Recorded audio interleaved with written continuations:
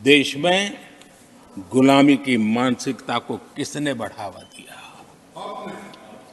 अगर आप अंग्रेजों से प्रभावित नहीं थे तो अंग्रेजों की बनाई दंड संहिता, पिनल कोड, आपने क्यों नहीं बदली?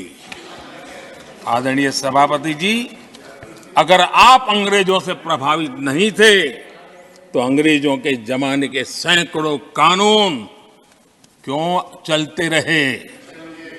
आप अगर अंग्रेजों से प्रभावित नहीं थे तो लाल बत्ती कल्चर, ये लाल बत्ती कल्चर इतने दशकों बाद भी क्यों चलता है?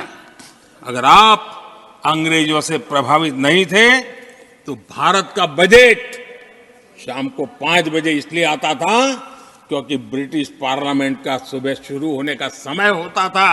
ये ब्रिटेन की पार्लियामेंट के समय के अनुकूल शाम 5 बजे बजट की परंपरा क्यों चलाए रखी थी आपने? कौन अंग्रेजों से इंस्पायर था?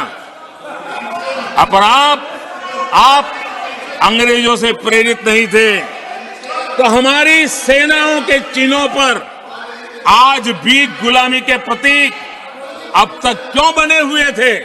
हम एक के बाद एक हटा रहे हैं। अगर आप अंग्रेजों से प्रेरित नहीं थे तो राजपथ को कर्तव्य पथ बनने के लिए मोदी का इंतजार क्यों करना पड़ा? आदरणीय सभापति जी, अगर आप अंग्रेजों से प्रभावित नहीं थे तो अंडमान और निकोबार, इन द्वीप समूहों पर आज भी अंग्रेजी सत्ता के निशान क्यों लटके पड़े थे?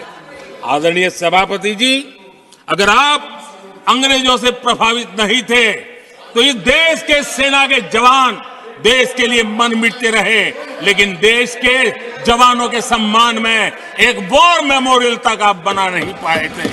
क्यों नहीं बनाया? अगर आप अंग्रेजों से इंस्पायर्ड नहीं थे, प्रभावित नहीं थे, तो भारतीय भाषाओं को हीन भावना से क्यों देखा? स्थानीय भाषा में पढ़ाई के प्रति आप लोगों की बेरुखी क्यों थी?